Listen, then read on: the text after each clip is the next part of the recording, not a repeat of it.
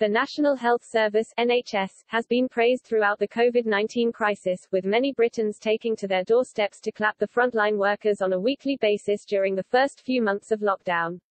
The royal family has led the charge in praising health workers, all of whom have faced more than a year of unprecedented struggle. Several senior royals have spoken to frontline workers both in person and over Zoom throughout the pandemic. Prince William also celebrated the 73rd anniversary of the NHS at a Thanksgiving service at St. Paul's Cathedral earlier this week, before hosting a tea at Buckingham Palace.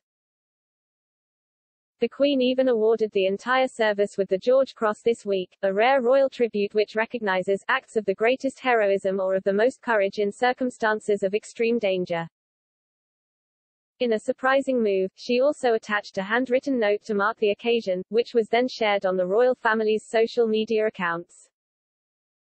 The Queen's message read, "It is with great pleasure on behalf of the grateful nation that I award the George Cross to the National Health Service of the United Kingdom. This award recognizes all NHS staff, past and present, across all disciplines and all 4 nations.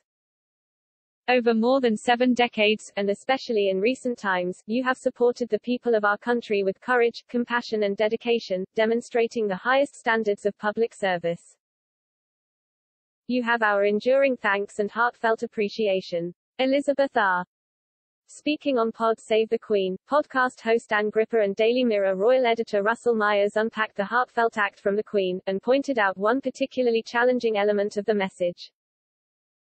Ms. Gripper said, "I think it's lovely that it's a handwritten message. But I couldn't work out what the word before appreciation was. As a woman in her 90s, she does have excellent handwriting and I'm sure she does a lot of handwritten notes, whereas I'm using my computer so much all of the time, that my handwriting is barely functionable to write a shopping list.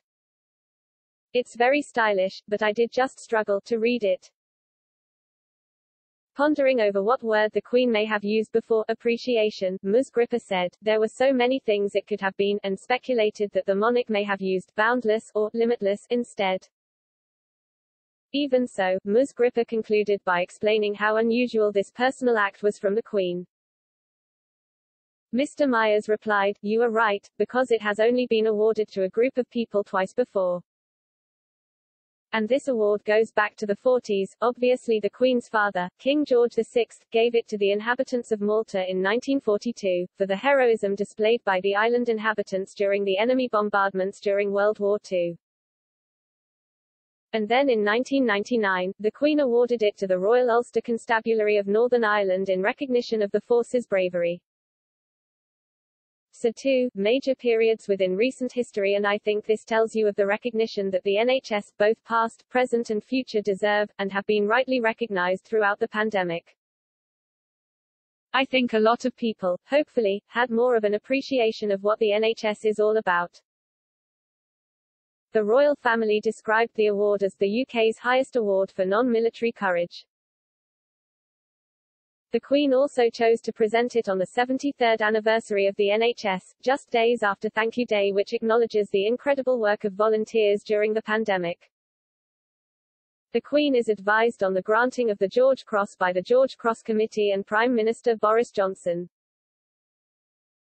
The honour was gratefully received by the senior heads of the NHS. Sir Simon Stevens, Chief Executive of NHS England, said the award was the recognition of the skill, compassion and fortitude of healthcare workers who have helped tackle the UK's greatest challenge since World War II.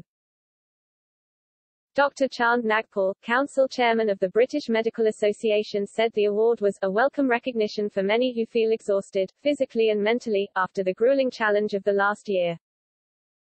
However, he also said it was important to provide an adequate working environment to health workers by providing a strong workforce with plentiful resources, including enough hospital beds and facilities in general practice, 2 areas which have come under scrutiny during the pandemic.